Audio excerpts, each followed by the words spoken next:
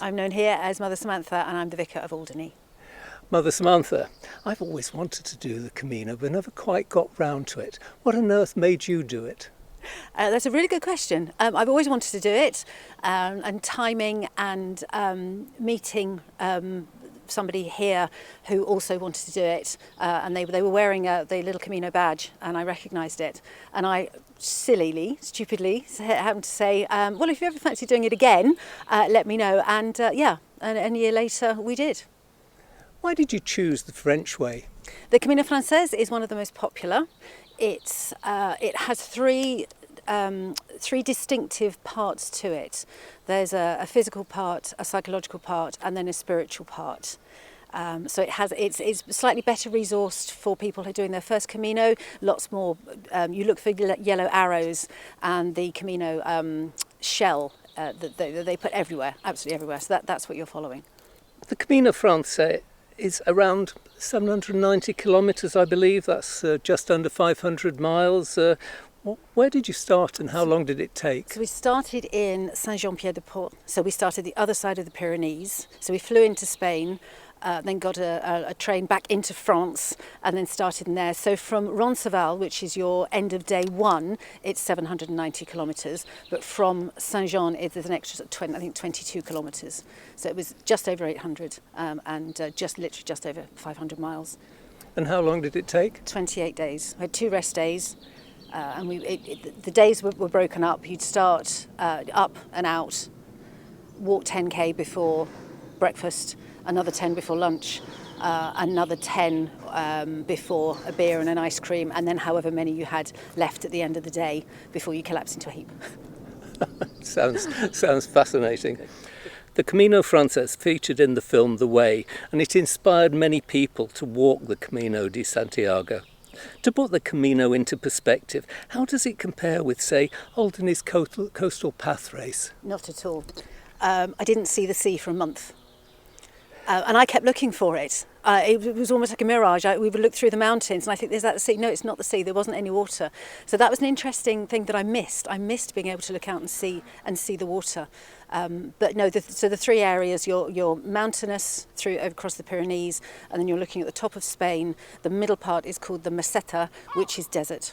It's a week just trudging through sandy paths. And that's where your psychological bit comes in, and you just head down, just keep going, just one foot in front of the other. Talking about that, what were the highs and lows on the trip in both senses of the words? One of the in-jokes was that if it was a really heavy up, we had ups and downs. If it was a really heavy up, we were getting towards the end of the day because we always ended up with an up whenever we were finishing. So that was one of the funny things, because you have to laugh. We laughed and we cried. And the downs, again, physical downs where you had to use your poles. A few people had been injured because they were trying to take it too quickly. Bust knees and ankles, which was a real shame because they then had to stop. So that's the physical side. But again, you just had to change your mindset and just say, well, we've got to get through this. The wine was fairly cheap, which was that was a good plus. Nice, decent Spanish white Rioja. And I think the lowest low for me was we were staying in an albergue. We were on the 3rd floor. There were 26 bunks on this 3rd floor with 1 shower and 1 loo. And we walked up this rickety stairway, and I thought, well, if there's a fire tonight, we're dead. But, and the shower was a push button, lukewarm. And I had a slight sense of haemophilia at that point. But we got through it. It was fine. Sounds absolutely fascinating. I believe the Camino Frances is the most popular route for pilgrims from around the world. Were there many other pilgrims?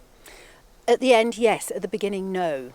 So in order to receive your Compostela, which is your certificate when you get into Santiago, you have to have walked the last 100 kilometres.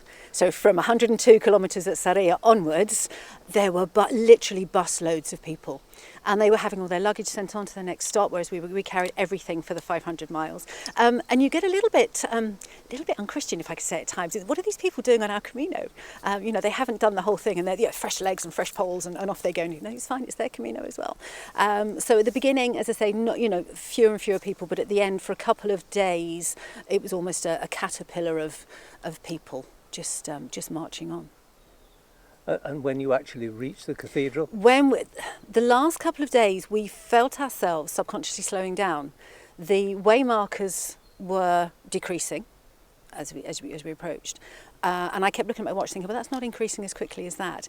And I think because we felt that once we'd finished, that was it, then what? So it was quite a slow walk into Santiago on that last day. It was fascinating, it was wonderful, because the square was just full of pilgrims. People that had cycled were holding their bikes up, lots of photographs being taken, lots of cheering. But it's almost a bit of an anticlimax, because you think, what now? Let's have a beer, let's have an ice cream, but then what? Because your muscle memory tells you, well, we just have to keep walking. We've only done 7 hours today. We normally do 9 or 10. It's very interesting just how quickly the body can adapt to a certain situation. That's brilliant. Finally, as Vicar of St Anne's Church here in Alderney, what did the Camino mean for you? I didn't go with any expectations. I thought that I would have a lot of time, wandering through the mountains, talking to God, praying, but that didn't really happen in that sense. There was lots of prayer going on, but it was as we walked and as we talked, and people we met and discussions that we'd had with people. So it was more of a conversation with God throughout the journey. And because we knew that we were averaging about 35 kilometres a day, which is about 8.5, 9 hours, depending on the terrain of walking, you think, no, actually, I've got to get there. So there's a lovely church over there. Let's go and have a look. No, I know what the inside of a church looks like. I think, we just need to carry on. So I didn't come back. I've come back slightly different. I don't quite know how yet. It's been a couple of weeks, but I know I'm different.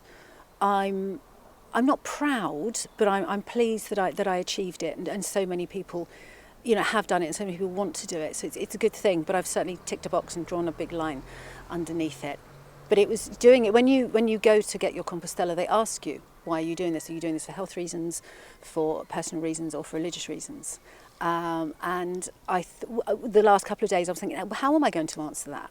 Am I just going to say for God because I'm a priest? But the minute I was asked the question, I said, it's all for God. It was just an automatic reaction. That's fabulous. Thank you very much indeed, Mother Samantha. You're very welcome.